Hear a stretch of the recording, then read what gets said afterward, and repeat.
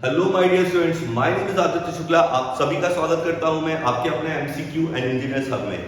Students, मैं MCQ and engineers hub में engineering mathematics से डील करने वाला हूं for GATE and ESC. Students, आज के इस लेक्चर में हम लोग समझने वाले हैं इंपॉर्टेंस ऑफ डिटर्मिनेंट। मतलब अगर आप डिटर्मिनेंट सॉल्व करना, सिर्फ डिटर्मिनेंट सॉल्व करना सीख जाए तो आप कितनी सारी चीजों को टारगेट कर सकते हैं, ये हम आज के लेक्चर में समझने की कोशिश करेंगे। तो स्टूडेंट्स, चलिए आइए इसको एक क्वेश्चन के माध्यम से समझने की कोशिश करते हैं। चलिए, अब आप देख सकते हैं एक क्वेश्चन है जिसका ऑर्डर, एक मैट्रिक लिखा हुआ है जिसका ऑर्डर है 4x4 और यहाँ बहुत सारी चीजें निकालने को दी गई है। वो बहुत सारी चीजें हम बाद में बात करेंगे कि क्या क्या वो बोल रहा है। हम सिर्फ क्या बात करने वाले हैं आज, डिटर्मिनेंट के इंपॉर्टेंस की। तो जरा देखिए, हम सिर्फ कॉन्सेंट्रेट करेंगे कि क्या हम इसका डिटर्मिनेंट निकाल लें तो हमें क्या क्या बेनिफिट हो सकते हैं, या हम और क्या क्या चीज निकाल चुके होते हैं already, but most of the cases में स्टूडेंट्स को कई बार पता नहीं होता है और एग्जामिनर इस बात का फायदा उठाकर वो क्वेश्चन में ट्रिक लगा देता है। तो चलिए समझते हैं। देख लीजिए, सबसे पहले एक मैट्रिक गिवन है, उसका ऑर्डर है बच्चों 4x4 और गिवन है मैट्रिक। हम निकालना चाह रहे हैं डिटर्मिनेंट। कभी भी आपके सामने ऐसा कोई क्वेश्चन हो कि गिवन हो मैट्रिक्स के फॉर्म में बट पूछा गया डिटर्मिनेंट में हो, डिटर्मिनेंट पूछा गया हो, तो आप क्या करें?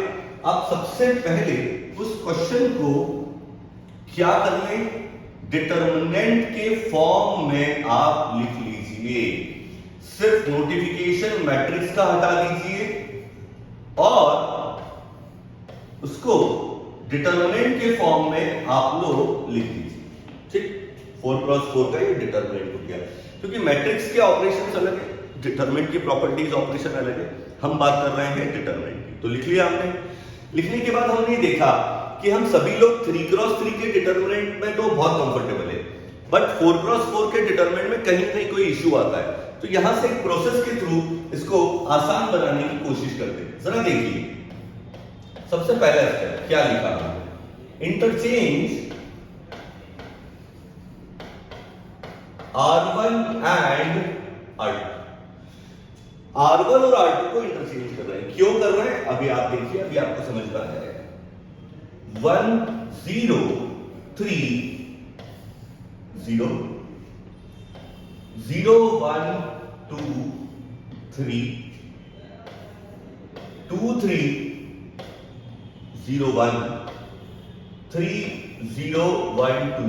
और जब भी हम इंटरचेंज कर रहे होते हैं दो रो डिटर्मिनेंट में, तो आई होप आपको याद होगा कि एक माइनस साइन यहां बाहर आ जाएगा।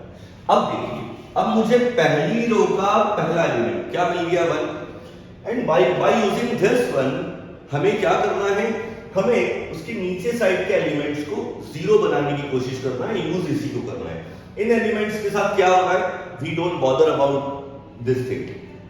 चलिए, 1 के नीचे ये एलिमेंट 0 है। For R3 minus 2R1 and for R4 minus 3R1। हो गया बच्चों, ऑपरेशन ये 3 minus 3 और 2 minus 2 हो जाएगा 0। चलिए, -1 बाहर है, 1 0 3 0 0 1 2 3। यहां देखते, 2 minus 2 0, 3 minus 0 that is 3, 0 minus 6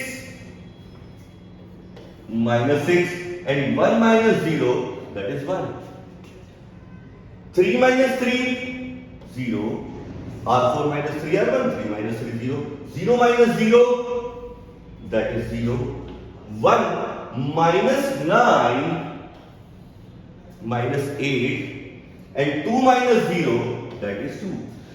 अब 4x4 का determinant was not that easy, तो हमने एक ऑपरेशन लगाया और उसको आसान बना लिया। अब इससे बेनिफिट क्या हुआ, बेनिफिट ये हुआ कि -1 एज इट इज अब अगर मैं इस 1 के लिए सॉल्व करूं तो ये वाले दो सारे एलिमेंट 0 हैं, तो ये 4x4 डिटरमिनेंट क्या इसमें कन्वर्ट हो गया स्टूडेंट्स?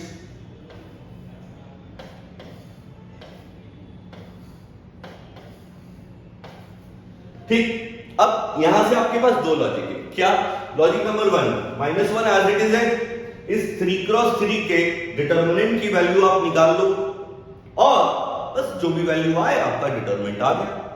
और डिटरमिनेंट की वैल्यू आने के बाद फिर हम समझेंगे कि ये सब कैसे आएगा, तभी इंपॉर्टेंस ऑफ डिटरमिनेंट बाहर आ जाएगा। लेकिन क्या हम इसको 3x3 को भी और आसान बना सकते हैं क्या? चलिए समझते हैं, हम इसको यहां से उठा लेते हैं।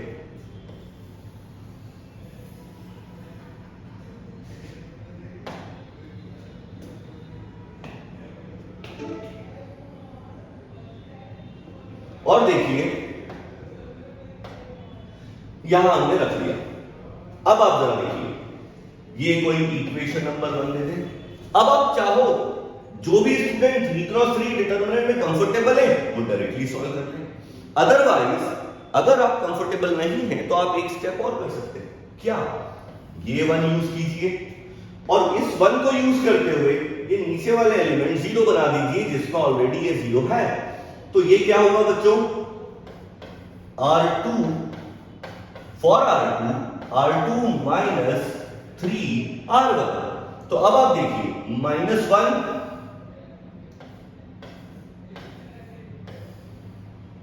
3 - 3 0 -6 that is -12 1 - 9 that is -8 ये एंगल है 0 -8 2। अब आप देखिए, अब आप शायद अप्रोच समझ पा रहे होंगे कि बार बार हम क्या कर रहे हैं, इस एलिमेंट को यूज करते हैं, नीचे 0 कर देते हैं। अब इस 3x3 के डिटरमिनेंट को सॉल्व करने में हमें और हेल्प मिल गई। क्या हेल्प मिल गई बच्चों? देखिए ये -1 एज इट इज इनटू इस 1 के लिए सॉल्व करोगे तो ये 1 और यहां लिख देते हैं -12 -8 एंड 2। ये तो सबसे आसान हो गया। क्या हुआ है? -1 सॉल्व कर लेते हैं, -24 -64 तो -1 इंटू -88 तो देयरफॉर आंसर इज 88। तो अभी तक तो डिटरमिनेंट निकाला है, इंपॉर्टेंस ऑफ डिटरमिनेंट बस 2 मिनट में डिस्कस कर देते हैं, खत्म हो जाएगा। तो क्या मिला? What is the determinant value of matrix? तो sir determinant value of matrix is 88। चलिए आगे बढ़ते हैं। यहां हम लिख देते हैं सर डिटरमिनेंट का वैल्यू 88 आया। चलिए अब शुरू करते हैं। आप बताइए अगर डिटरमिनेंट की वैल्यू 88 है, दैट मींस क्या मैं ये बोल सकता हूं कि ये नॉट इक्वल टू 0 है? तो हम एक चीज तो निकाल सकते हैं। क्या निकाल लिया हमने ये निकाल लिया determinant of matrix, that is 88। अब हम जानते हैं कि डिटरमिनेंट का वैल्यू क्या आ गया? Not equal to 0। और कभी भी डिटरमिनेंट का value not equal to 0 student आ जाए तो जो ऑर्डर होता है वही रैंक होता है। तो therefore rank of A equal to 4। Rank of A equal to 4। तो क्या हमारा रैंक आ गया? चलिए ये हो गया फर्स्ट। अब दूसरा क्या पूछा है? Dimension of range space. तो यहां डायमेंशन ऑफ रेंज स्पेस वैसे लिखने की रिक्वायरमेंट नहीं है बच्चों। रेंज स्पेस भी वो ही होता है जो रैंक होता है। तो रैंक कितना है बच्चों? 4। Dimension of range space 4। और एक और बात, जो भी रैंक होती है वॉट एवर इज रैंक वो ही डायमेंशन ऑफ रेंज स्पेस है और वो ही linearly independent rows and column होता है। तो ये तीसरी चीज भी निकाल ली। अब जब रैंक आ गया, रैंक ही डायमेंशन ऑफ रेंज स्पेस होता है, वो ही linearly independent rows and column होता है। आगे बढ़ जाते हैं स्टूडेंट्स। यहां पर मैं नलिटी का फॉर्मूला लिख देता हूं। Nullity equal to number of column minus rank of A. अब आप बताइए इस क्वेश्चन में कॉलम कितने हैं? सर कॉलम तो 4 है, तो आप क्या लिखोगे? 4 - 4 दैट इज 0। मींस यहां पर जो नलिटी है वो नलिटी भी आ गई, दैट इज 0। और नलिटी ही क्या होती है students? Linearly dependent row and column, that is also 0। और नलिटी ही होती है dimension of null space, that is again 0। तो अब आप देखिए कि हमने इवैल्यूएट क्या किया? डिटरमिनेंट। और डिटरमिनेंट इवैल्यूएट, डिटरमिनेंट का वैल्यू क्या आया? 88। बस उसके बाद आप एक पेपर पे कंसेप्ट लिख लो कि सर डिटरमिनेंट की वैल्यू अगर नॉट इक्वल टू 0 है तो जो ऑर्डर है वो रैंक। और रैंक ही क्या होता है बच्चों? Dimension of range space. Dimension of range space और रैंक ही क्या होता है? Independent row and column.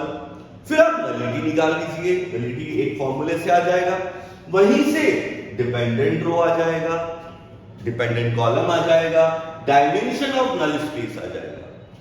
तो स्टूडेंट्स अगर आप अपने प्रीवियस ईयर के क्वेश्चंस देखते हैं और कहीं पर भी कोई मैट्रिक आता है जिसमें एग्जामिनर आपसे रैंक पूछता है, तो आप एक सिर्फ सिंपल क्वेश्चन मत कीजिए कि मैं सिर्फ रैंक निकाल रहा हूं।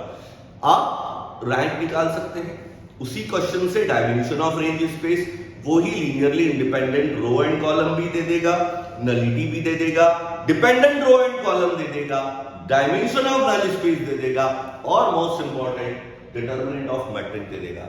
तो आई होप गाइस आपको आज ये फील आया होगा कि सिर्फ एक डिटरमिनेंट की अप्रोच अगर आपको पता है तो उससे आप कितनी सारी चीजों को टारगेट कर सकते हैं। तो स्टूडेंट्स आज इस छोटे से लेक्चर में सिर्फ इतना ही। थैंक यू सो मच, आप जुड़े रहें। अगर आपको लेक्चर अच्छा लगा हो तो आप इस चैनल को सब्सक्राइब कर सकते हैं और लाइक बटन प्रेस कर सकते हैं। इसी तरह की कुछ क्रिएटिव वीडियोस देखने के लिए बने रहें।